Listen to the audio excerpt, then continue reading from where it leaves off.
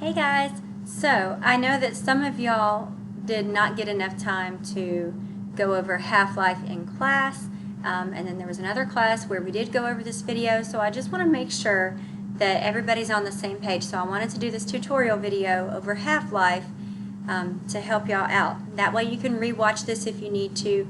It's not a really difficult topic, but it's a little bit harder than the alpha-beta reactions that we did in class. Okay, so let's get started. First of all, there is a paper that I'm loading for Friday. For those that didn't get this in class, that has a video that goes along with it. It's a Khan Academy video. And there are some questions that correspond to what you see in the video. Okay, so it's very straightforward until they start talking about how to figure out half-life. So I really wanted to go over some of these answers, and I wanted to explain to you the process behind how we do some of the problems on the back. Okay, so in this video for number 3, they had showed a beta decay of phosphorus, and they showed a reaction, and then the speaker starts talking about half-life. So they talked about how one half-life of phosphorus, the half-life was equal to 14.3 days. And they also said something about the amount that they started with. So they started out with 4 milligrams, and after one half-life, which is the length of time of 14.3 days, this amount gets cut in half. So the definition of half-life is the time that it takes for the amount of a substance to decrease by 1/2. Okay, so half of this is 2 milligrams. Okay? So that's one half-life, and that's the answer to that particular question. Okay, so your answer is 2 milligrams. Now, I'm going to switch colors, and I want to move on to this one. So define half-life, I just did that verbally. It is the time, so go ahead and write this down if you don't have it already. You will need to know this for your test when we come back from break. Your test will be in about a week. So half-life is the time it takes for a substance to decrease by 1/2. And that's your answer. Now, when it decreases in mass, it's really transforming with like alpha or beta decay or even gamma decay, but that doesn't decrease the mass anyway. And so you are changing that amount, and it is decreasing by 1/2. So it's done through a radioactive decay. So what is the half-life of P32? It gave that to us at the beginning. So the half-life is 14.3 days. What did it become? So it became another substance. You'll need to watch the video for that. I can't remember. I think it was like magnesium or something. So you need to watch that video to get this answer. And then I want to move down to the graph because that is a little less straightforward. Okay? So he explains on the x-axis you're going to have time, and on the y-axis it is the amount remaining. Now, he wrote units to go along with these because, whoops, can't spell. So he wrote units to go along with this, and the time was in days, and the amount remaining was in units of milligrams. Okay? So then they were asking for you to mark on your graph what this guy's doing as he's writing it out. So like this side would say amount, that's our y-axis, and then our x-axis was time. Okay? And then this is the very important part. When you're doing a graph, and honestly for your test, you have to read a graph. You don't actually have to make a graph. But for you to understand the different parts of the graph, I'm just going to graph this with y'all. So what he did next was he marked up, like he just tried to make this kind of evenly spread out, and he did like 1, let's see, that's every 4, so 1, 2, 3, 4, 2, 3, and then this would be 4, something like that. So he had these marked. I think this needs to move up, but whatever. And then for the time, this at the origin, that's going to be 0. No time has passed, and so that's going to be our first thing that we plot, okay? So then after that, we have the first half-life, which is 14.3 days, and then we have the next half-life, which is, I don't remember exactly what's on there. It was like 28.6 or something.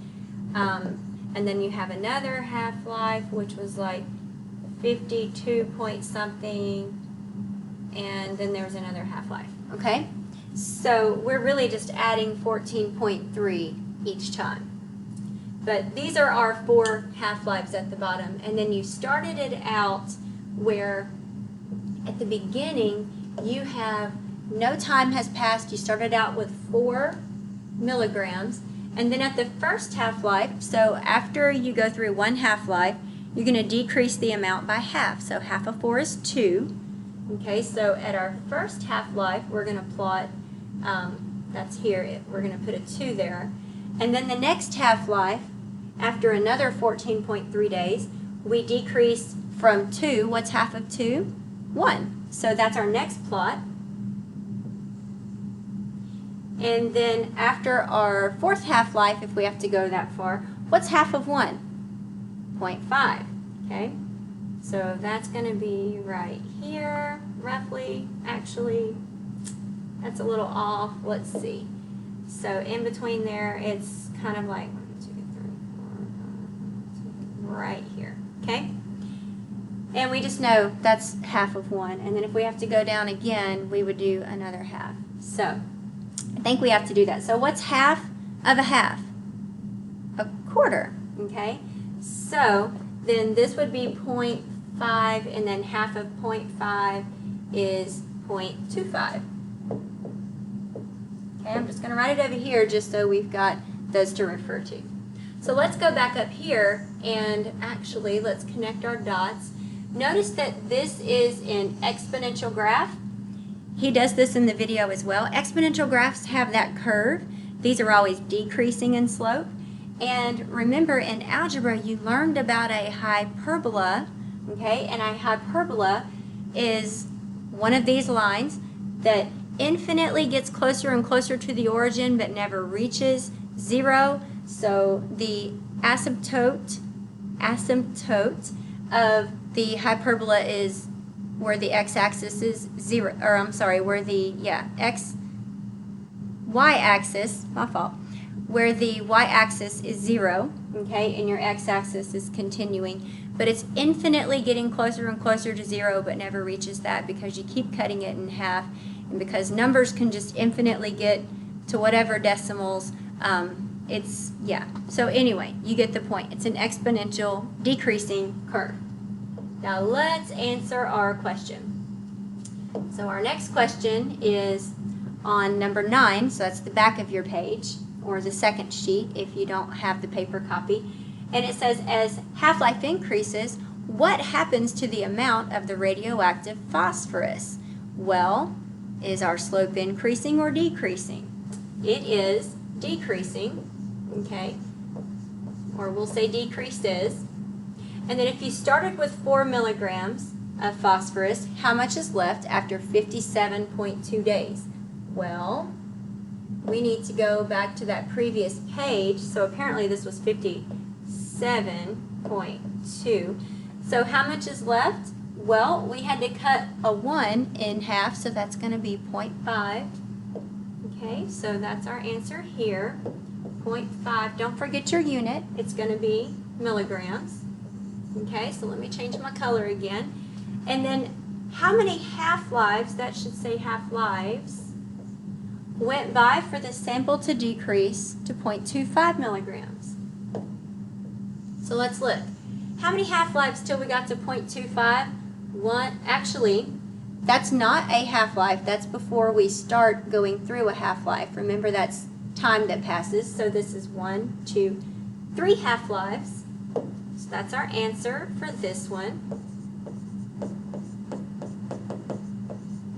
And then finally, it asks us another question. So for this one, I have to show you a table to set up, we're not graphing this, to answer this other question. So this is going to be, actually I think I answered a question wrong. Let's just make sure. This is 0.25, right? So 1, 2, 3. This is 0.5 and this one is 0.25. I can hear one of my students correcting me because she's always on the ball and she's probably like, wait a second, you just did that wrong. This is 4 half-lives, okay? Not 3, because I didn't mark it on the graph and I thought we were, yeah. Anyway, so it's 4 half-lives. Now going back to this. There's a table that you're going to want to do in order to solve for this type of series of questions. And I'm going to teach you how to do this table. It's very straightforward. You're going to set it up the same way, okay? But you got to get the information from the problem in order to set your table up with the right numbers, okay? So in this table, you're going to start out with an amount. So we're going to have 3 things in this table.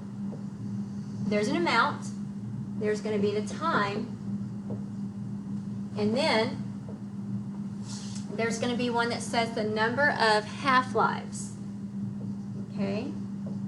So half-lives. I don't know why it wants to do that little glitch. Half-lives. Now, the amount is the amount that you start with, okay? That's going to go in the first entry of this table. So your first entry, I'm reading through my problem, and it says if you have 100 grams, that's what you start with a half-life of 10 years. Both of those are important pieces of information. Our amount that we start with, guys, always goes in the first entry of the table. We start out with 100 grams. Now for the first row of the table, this is at the beginning. How much time passes at the very beginning? No time. So we put 0 here. Because no time has passed, remember a half-life is 10 years. No time has passed, so we have 0 half-lives happening. So that's the only thing that I think anybody would miss, is forgetting to set this up where you have 0 time and 0 half-lives passing.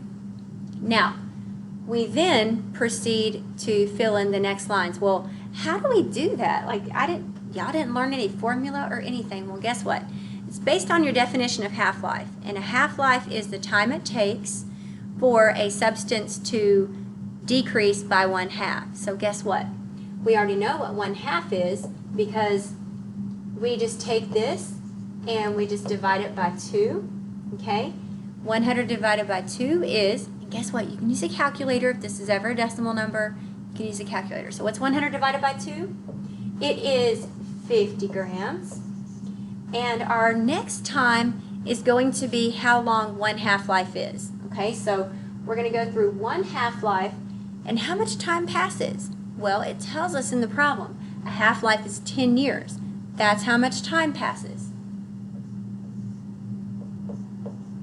Okay, so for this line, we're going to add 10 every time. Okay, so now I'm going to go through this question. How much of the isotope will you have after 10 years? That's just 1 half-life. We've got that. It's 50 grams. And then it says, how much of the isotope will you have after 20 years? Well, guess what? To get to 20 years, we have to go through 1 more half-life. So that makes it our second half-life, okay? This just keeps increasing by 1. So how much time passes if we add another 10? Okay, that's going to be 20 total years. So that's all we're doing. We're just adding 10 from here to here, okay? And then we have to figure out this amount. Well, it decreases by half again. So what's half of 50? Divide it by 2. Half of 50 is 25. Okay, so that's our answer. How much will be left after 20 years? 25 grams. And then letter C, this is the last question, it says, how many half-lives will occur in 40 years? So let's see. We've got